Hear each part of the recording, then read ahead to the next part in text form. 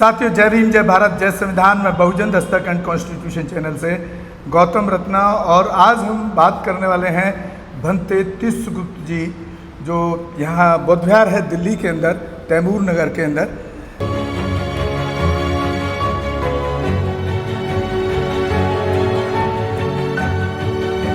अच्छा, नवजीवन बौद्ध विहार है ये, तैमूर नगर, न्यू दिल्ली आश्रम के पास में है, जामिया के पास में है। तो यहाँ पर भिक्खु हैं हमारे तिस्सगुप्त जी। भिक्खु वंदामी आपको। तो धम्म के सब्जेक्ट पर ही भंते तिस्सगुप्त जी से बात करेंगे। और मैं अपने एक शेयर करना चाह रहा हूँ कि यही भिक्खु और भिक्खु डॉक्टर सतपाल जी और भंते तिस्सगुप्त जी भिक्खु ने ही मुझे 99 के अंदर धम्म दीक्षा दी। और उसी टाइम मैंने बौद्ध धम्म को बौद्ध में दीक्षा ली। उसी टाइम से मैं बौद्ध धम्म को फॉलो पूरी तरीके से कर रहा हूँ। और उसी टाइम मैंने अपना नामकरण भी किया। जो पुराना हिंदू नाम था उसको छोड़ दिया, फिर नया नाम जो हमारे भंते तिस्सगुप्त जी ने और जो डॉक्टर सतपाल जी थे, दिल्ली यूनिवर्सिटी के HOD थे वो, बुद्धिस्ट रिसर्च एजुकेशन डिपार्टमेंट में, तो उन्होंने जो नाम दिया उसी को, वो नाम मेरा रजिस्टर्ड नाम भी है। तो बात करेंगे भिक्खु तिस्सगुप्त जी से। जापान में 17 संप्रदाय हैं बौद्ध धर्म के जी। एक सामुराई संप्रदाय है जो सेना में भी भाग लेता है, और वो असल में बैठकर नहीं खाते हैं, ये सच्चाई है। वो मेहनत को ही महत्व दिया जा रहा है जापान में। यही वजह है कि आज भी वो तरक्की के रास्ते पर है। लेकिन ये अलग अलग देशों की परंपरा है। वहाँ भिक्खु को सम्मान ज़्यादा है। थाईलैंड में आप जाइए, थाईलैंड में भी सुबह 10 बजे भिक्खु हाथ में पात्र लेकर के निकल जाते हैं। हाँ, लेकिन ये भी है कि वहाँ पे हर आदमी उनको कुछ ना कुछ देता जरूर है। लेकिन वही चीज़ यदि भारत में की जाए, यहाँ स्थिति इतनी बिगड़ चुकी है कि प्रत्येक साधु को वे निकम्मा समझ चुके हैं। उसका एक कारण और भी है ना कि हिंदू के जो साधु हैं वो सुबह इतनी टोली में सुबह निकल जाते हैं, तो किस किस को भिक्षा दे। संप्रदाय विशेष का नाम नहीं लेना चाहता, मैं तो क्लियर बता रहा हूँ। एक दिन में 4 सुबह आ जाते हैं, तो वो हमारे भी वो आप जाओगे ना, उनका ड्रेस भी वही है कलर। हाँ। तो वो सोचे अरे वही आया होगा, वही समानता उसमें जाहिर हो जाती है। हाँ, हाँ, जी, हाँ। कि अभी भी एक साधु गया था, हाँ, कपड़ों से, और ये भी बाबा आ गए, जबकि वो ये नहीं समझ रहा है कि वो पढ़ा लिखा भी नहीं है, उसको नॉलेज भी नहीं है। उससे उनका मतलब उससे कपड़ा पहना है और भीख मांगना है, वो भीख मांगना कहेंगे उसको। ये तो मैंने भी कभी किया है। तो एक आदमी था, वो बनिया था, उसने कहा अरे बाबा इतना कपड़ा सुंदर पहने हैं, तू तो लग रहा है बाहर का है। अच्छा। और भीख मांगता है। बताइए, ये हमारे भिक्खु भंते तिस्सगुप्त जी जब इस तरह से शुरुआत किए, उनके साथ भी इस तरह की घटना भीख के रूप में लिया है। तो भीख जब मांगता है, हम आपके यहाँ दरवाजे पर खड़े होगा तो भीख ही तो मांग रहा, तो हम भिखारी हो गए ना। तो इसलिए उस लज्जावश ये यहाँ परंपरा नहीं चल पाएगी। कहीं पर भी आप बंगाल चले जाइए, अरुणाचल चले जाइए, त्रिपुरा में, आसाम में बौद्ध धर्म आज भी है, जीवित है, और भिक्खु हैं, बड़े कर्मठ हैं। लेकिन ये हाथ में पात्र लेकर नहीं जा रहे हैं, मजबूरी है। लेकिन जहाँ बौद्ध धर्म के अनुयायी है, जैसे आप यदि बौद्ध धर्म के अनुयायी हैं, आपके दरवाजे गया तो आपका बच्चा तो भोजन दे देगा, दूसरे के दरवाजे पर गया वो भोजन नहीं देगा, अनाज दे देगा, पता नहीं क्या क्या सोचेगा। इसलिए वो परंपरा यहाँ नहीं चल पा रही है, और इस माध्यम से धर्म फैलेगा भी नहीं। धर्म तो बड़ा दुख का विषय है। हाँ, विचारों के माध्यम से फैल सकता है, साधना के माध्यम से फैलेगा। यहाँ मेडिटेशन है, साधना है, और भी कई तरीके हैं। अच्छा भंते जी, जो हमारे जो धम्म ग्रंथ हैं बुद्धिज्म के, जैसे कौशल आनंद जी द्वारा लिखा हुआ एक है भगवान बुद्धा एंड धम्मा, हाँ, और एक त्रिपिटक है। तो इसमें सबसे ज़्यादा सॉलिड, मतलब जो तथ्यों के आधार पर किस उसको हमारे लोगों को ग्रंथ को पढ़ना चाहिए, जिससे वो धम्म के प्रति वफादार, मोटिवेट हों, और लोगों को और भारत में बौद्ध धर्म को बढ़ाने का काम तेजी से चल पाए। नहीं, वो तो सुचारू रूप से धम्मपद है। धम्मपद है। धम्मपद को आप पढ़िए, आपको बहुत कुछ ज्ञान मिलेगा। लेकिन धम्मपद से केवल काम नहीं चलेगा, धम्मपद अट्टकथा होनी चाहिए। अट्टकथा में पूरा रेफरेंस टू कॉन्टेक्स्ट पूरा दिया होता है। ये हिंदी में अवेलेबल है? हिंदी में मिल जाएगा, मिलता है। और त्रिपिटक त्रिपिटक तो बहुत लंबा है। त्रिपिटक भी ग्रंथ ही है ना? त्रिपिटक एक ग्रंथ नहीं है, उसमें 3 है ना, 3 भाग। शुद्ध पिटक, विनय पिटक, अभिधम्म पिटक।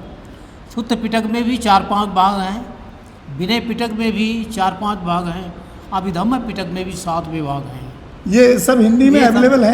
हिंदी में हाँ, लगभग मिल जाता, लगभग, पूरा नहीं, लगभग पाली में है, उसका हिंदी ट्रांसलेशन हो चुका। काफ़ी इन्होंने जगदीश कश्यप, राहुल संकृतन, बनते आनंद कुशल ने अनुवाद किया है। और धर्मरक्षित, ये 4-5 भिक्खु हुए जिन्होंने उसको हिंदी में ट्रांसलेट किया। हाँ, और अट्ठकथा, जैसे जातक अट्ठकथा है, जातक कथाओं का भी अनुवाद बनते ने किया है डॉक्टर आनंद कुशल ने। और जगदीश कश्यप ने भी कुछ अट्ठकथाओं का अनुवाद किया। उन्होंने काफ़ी इन लोगों ने काम किया, लेकिन ये चीज़ें सारी अवेलेबल हैं, आप चाहिए तो सब मिल जाता है, आपको आवश्यकता है तो सारी चीज़ अवेलेबल हो जाएगी।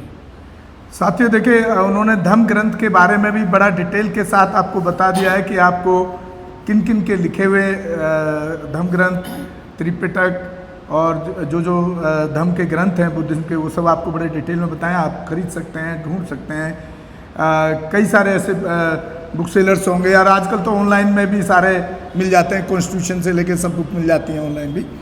तो बनते जी, क्या संदेश देना चाहेंगे कि जो लास्ट में आप क्या संदेश देना चाहेंगे हमारे देश के लोगों को कि बौद्ध धर्म की जो जनसंख्या, मैं तो कहूँगा कि ना के बराबर ही दिखती है, अगर हम क्वांटिटी ऑफ रेशियो की बात करें 140 करोड़ के संख्या के देश में, ताकि लोग बौद्ध धर्म को अपना करके और एक बड़ी संख्या के रूप में भारत बौद्ध में भारत बन पाए।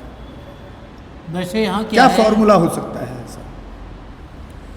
नहीं, आदमी को स्वयं को समझना पड़ेगा। ये कबीर की उक्ति है ना, साँच कहो तो मारन भागन, झूठे जगपति आना।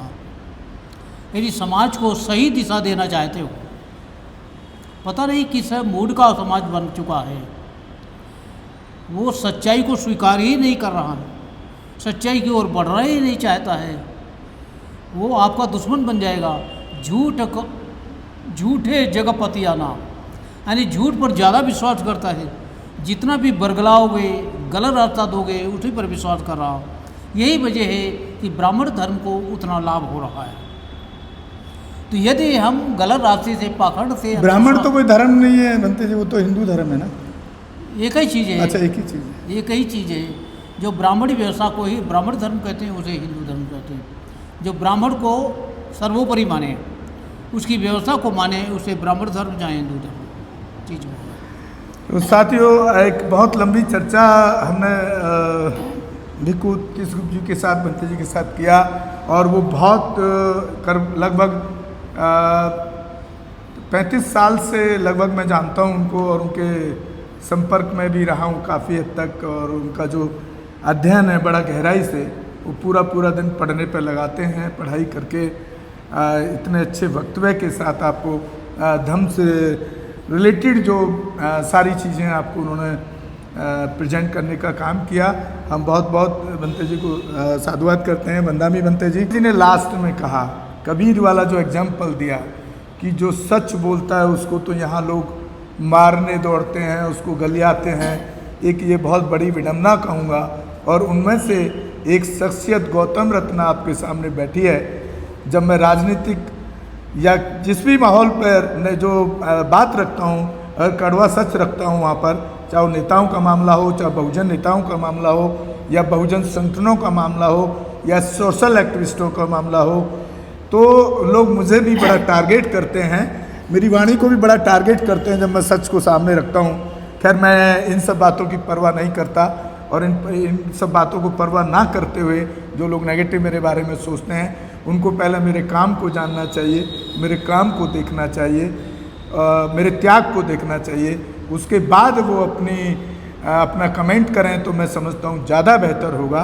और ख़ास तौर से मैं एक स्पेशली जो हमारे बहुजन समाज के साथ जहाँ जहाँ एट्रोसिटीज़ होती है, वहाँ पर मैं एक बहुत बड़ा काम करता हूँ, जिसमें ना मुझे कोई आज तक नेता दिखता है, ना संगठन ऐसे कोई बड़े दिखाई देते हैं। उसको बल्कि सेल आउट करते हैं, उसको पब्लिसिटी ज़्यादा करते हैं, काम कम करते दिखते हैं। ये सब चीज़ें आप मेरे चैनल पे देख सकते हैं कि जब एट्रोसिटी होती है तो मैं किस किस तरह से उसमें वहाँ के परिवार को न्याय दिलाने के लिए स्टेप टू स्टेप काम करता हूँ और उसमें एक बड़ा पॉजिटिव एक्शन होता है इस तरह के केसेस में।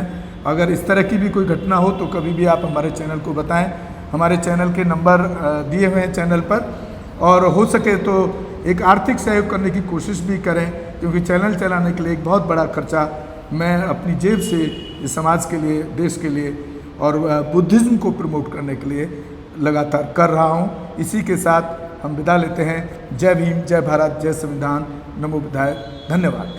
हमारे channel constitution like, share, subscribe देखना मत भूलिएगा। जय भीम, जय भारत, जय संविधान, नमो बुद्धाय। धन्यवाद। चैनल आर्थिक समस्या से गुजर रहा है। अगर आप बहुजन समाज में बाबा साहेब अम्बेडकर और तथागत बुद्ध की विचारधारा को अधिक से अधिक लोगों तक पहुंचाना चाहते हैं तो हमें आर्थिक सहयोग प्रदान करें, ताकि हम अपने चैनल के माध्यम से देश विदेश में समता, बंधुता, एकता और संवैधानिक अधिकारों को ज्यादा से ज्यादा लोगों तक पहुंचा सकें। आप अपनी सहायता राशि नीचे लिखे खाते में जमा करा सकते हैं। खाता धारक गौतम रत्न, खाता संख्या 316957686551, IFSC कोड SBIN 0060336, बैंक भारतीय स्टेट बैंक। आप हमारे बैंक खाते का विवरण स्क्रीन पर भी देख सकते हैं।